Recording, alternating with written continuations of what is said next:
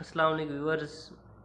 आज हम exercise 6.1 second year question number 7 करने जा रहे हैं, जिसमें आप लोगों ने शो करना है कि show that x square plus y square plus 2x minus 2y minus 7 is equal to 0 and x square plus y square minus 6x plus 4y plus 9 is equal to 0। Touch external, इसका मतलब ये आप जानते हैं कि ये भी एक सर्कल की इक्वेशन है, ये भी एक सर्कल की इक्वेशन है। तो आपने ये चीज़ आज शो करनी है कि ये जो दो सर्कल दे दिए गए ये एक दूसरे को क्या करते हैं, टच एक्सटर्नली यानी बैरूनी तौर पे एक दूसरे को टच करेंगे। तो हम यहाँ पे सिंपल एक डायग्राम मैनेज कर लेते हैं। देखिए तो ये भी एक सर्कल है, ये भी एक मान लें कि मैंने सर्कल ड्रा किया है। तो देखिए ये दो सर्कल एक दूसरे को क्या कर रहे हैं, एक्सटर्नली बैरूनी तौर पे टच कर रहे हैं। तो ये चीज़ आप देखें, ये जो सर्कल था मान लें कि इसका जो सेंटर है वो C1 है, ये जो सर्कल है इसका सेंटर क्या बन जाता है C2, और ये जो सर्कल से सेंटर से लेकर जिसका रेडियस तक का जो फासला होता है ये R1 होता है, और ये सेंटर से लेकर इसका रेडियस क्या बन जाएगा, R2 बन जाएगा। तो मैं आप लोगों को बता देता हूँ कि आपने क्या चीज़ शो करनी है। देखें तो अगर आप C1 और C2 का इस सेंटर से लेकर इस सेंटर तक का डिस्टेंस निकालें, C1 C2 का डिस्टेंस निकालें, किसके बराबर आना चाहिए, R1 प्लस R2 के बराबर निकल आता है। यानी ये कंडीशन सेटिस्फाई हो जाती है, यानी इन दो रेडियस का सम इन दो सेंटर के डिस्टेंस के बराबर आ जाता है। तो इट्स मीन ये चीज़ शो हो जाएगी कि ये जो एक सर्कल है ये दोनों क्या है, आपस में एक्सटर्नली तौर पे क्या कर रहे हैं, एक दूसरे को टच कर रहे हैं। तो पहले मैं सारे का सारा जो प्रोसीजर फॉर C1 के लिए कर देता हूँ। पहले जो इक्वेशन दे दी गई है x square plus y square plus 2x minus 2y minus 7 is equal to 0। ये जो एक सर्कल की इक्वेशन है आपने एक जनरल फॉर्म पढ़ी थी, वो भी मैं आप लोगों के सामने लिख देता हूँ। X square plus y square plus 2gx plus 2fy और प्लस क्या होता है c इज इक्वल टू 0। तो आप यहाँ से इसको कंपेयर करें तो यहाँ पे देख सकते हैं कि x के साथ कंपेयर होगा, 2g को मैं 2 के साथ कंपेयर करूँगा तो यहाँ से g की जो वैल्यू मैनेज होगी वो किसके बराबर आ जाएगी, 1 के।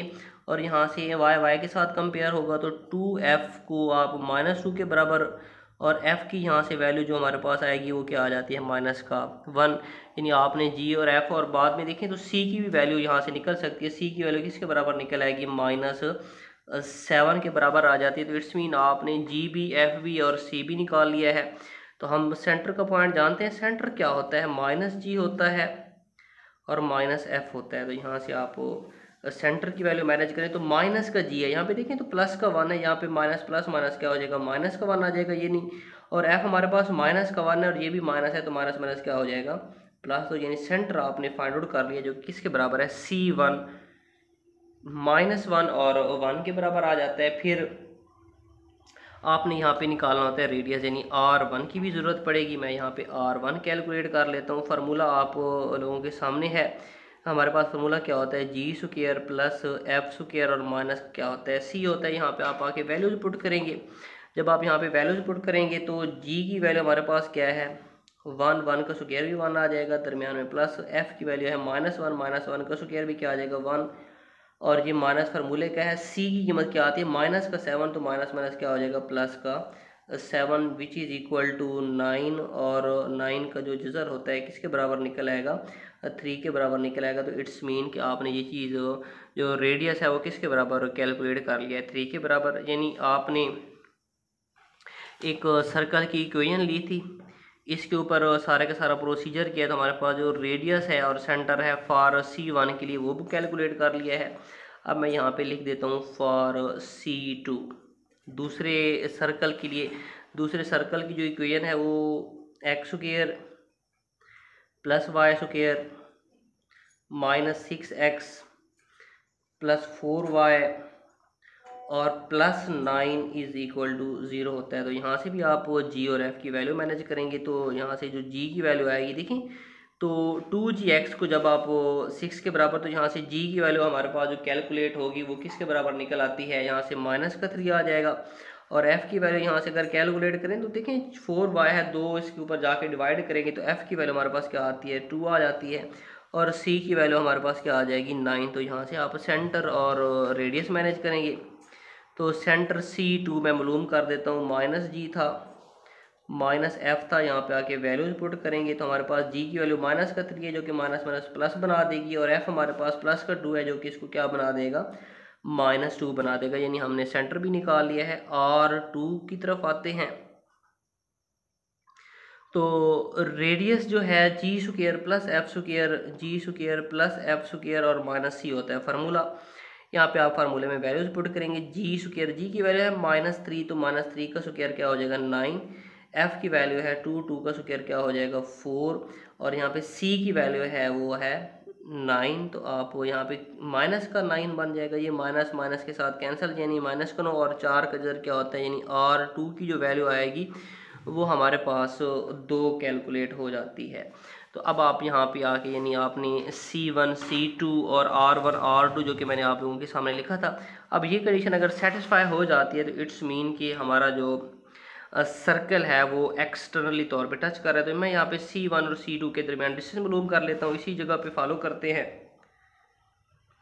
C1 C2 हमारे पास सेंटर के दोनों पॉइंट हैं। एक सेंटर हमारे पास क्या है, -1 और 1 है, और एक सेंटर हमने अभी कैलकुलेट किया है जो कि किसके बराबर है 3 एंड -2 के। तो इनके इन बिटवीन आप डिस्टेंस कैलकुलेट करेंगे। तो x2 डिस्टेंस का फार्मूला हम डिफरेंट क्वेश्चन में अटैम्प्ट कर चुके हैं। x2 - x1 करेंगे तो -1 -3 का स्क्वायर आ जाएगा, दरमियान में प्लस होता है। y2 - y1 करेंगे तो हमारे पास 1 माइनस माइनस क्या हो जाएगा +2, तो ये -4 -4 का स्क्वायर क्या आ जाता है 16 आ जाएगा। 1 + 2 करेंगे तो 3, यानी इसको मैं लिख सकता हूँ 16 + 9 विच इज़ इक्वल टू 25, और 25 किसका जज़र होता है 5 का। C1 C2 का डिस्टेंस भी हमारे पास 5 आया। R1 + R2 करें तो हमारे पास जो R1 था वो किसके बराबर था 3 के बराबर था, और R2 किसके बराबर था 2 के बराबर था। तो यहाँ पे देखें तो R1 + R2 करें, यानी R2 के बराबर करें तो 5 इज इक्वल टू R1 की जो वैल्यू हमने कैलकुलेट की थी वो है 3, प्लस R2 की वैल्यू चेक करें तो 2 है। तो इट्स मीन के 5 इज इक्वल टू 5 आ जाता है। यानी हमने जो कंडीशन लिखी थी कि दो सेंटर्स का अगर आप डिस्टेंस लें R1 R2 के बराबर निकला है तो वो क्या होते हैं एक्सटर्नली होते हैं। तो इसका मतलब ये हुआ कि ये आप यहाँ पे लिख सकते हैं कि ये जो क्वेश्चन था वो एक दूसरे को क्या कर रहे हैं एक्सटर्नली टच कर रहे हैं। तो ये हमारा क्या होता है क्वेश्चन होता है जी। नेक्स्ट क्वेश्चन बिल्कुल इसी से अगला मिलता जुलता है। मैं यहाँ पे आप लोगों के सामने थोड़ा सा डायग्राम में बता देता हूँ।